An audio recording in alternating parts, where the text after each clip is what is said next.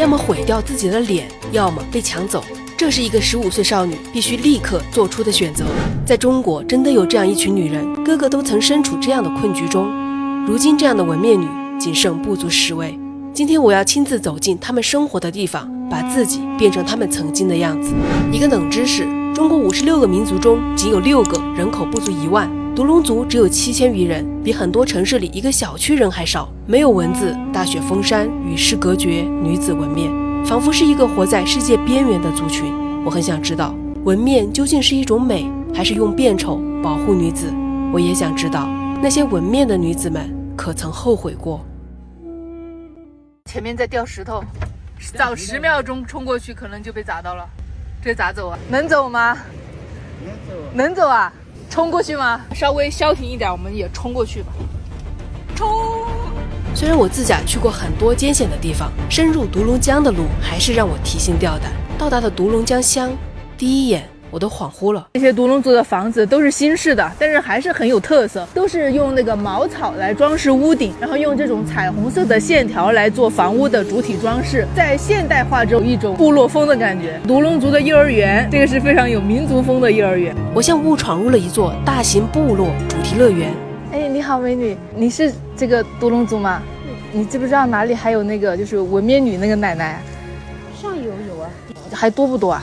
不多，只有4、5個吧。問的人越多，線索反而越模糊。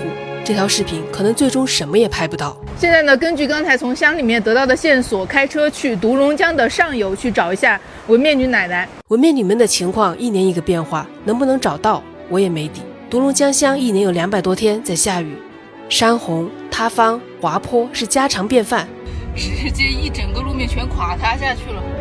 現在走的這條路是一遍遍被毀，又一遍遍搶修回來的。你不用納悶，獨龍族怎麼定居在這樣的地方？這恰恰是他們古老的生存之道。危險也可以是一種保護色。提心吊膽地開了很久，終於見到了一個村子。奶奶說他們村確實有紋面女，但身體很不好了，不願意見外人。如果今天見不到，這趟獨龍江我可能就白來了。我只能繼續往上游開，再去其他村子碰碰運氣。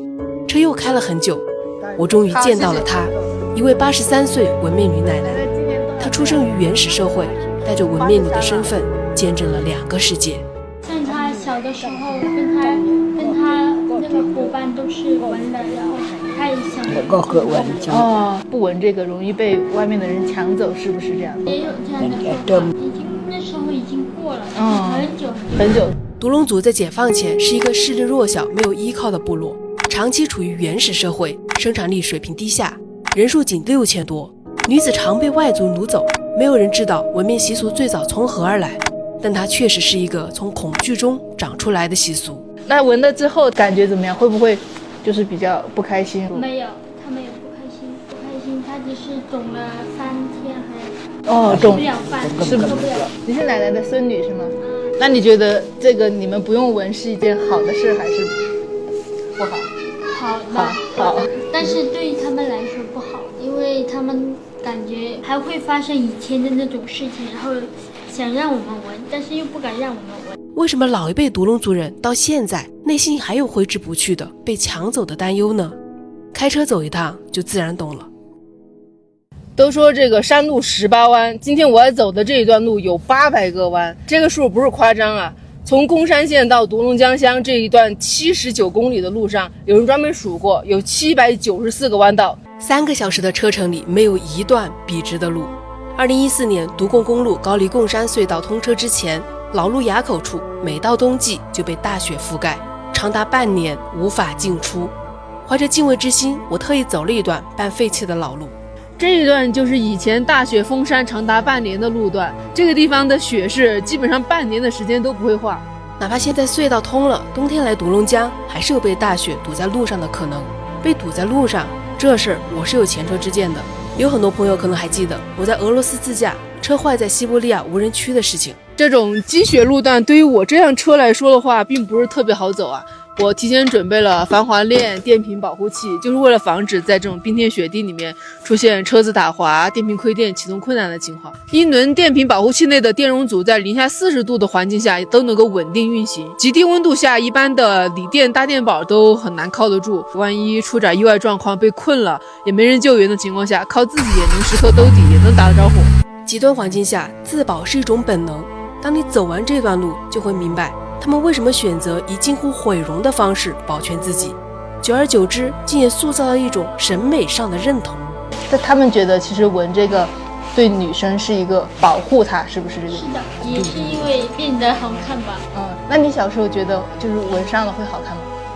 我感覺會。那你心裡是不是有一點想？以前想的，现在已經不想了。我现在不想了。我也挺好奇，從一個臉上沒有這種紋面，然後到變成有紋面了之後，這種自己心裡的感受到底是怎麼樣的？我準備了一支筆，讓奶奶對照着她心目中的樣子，在我臉上也畫一下。雖然我不必承受真的紋面帶來的痛苦，但強烈的緊張感無法克制。奶奶每畫下一筆，我都會下意識屏住呼吸。我在想，如果這就是無法逆轉的紋面，我會不會有悔恨的一天？那一刻我也更清楚了，真正的紋面是沒有撤回鍵的一輩子。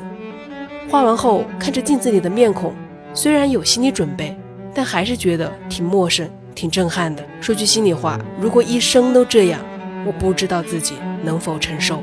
奶奶拉着我在家裡烤火，給我講他們過去的日子。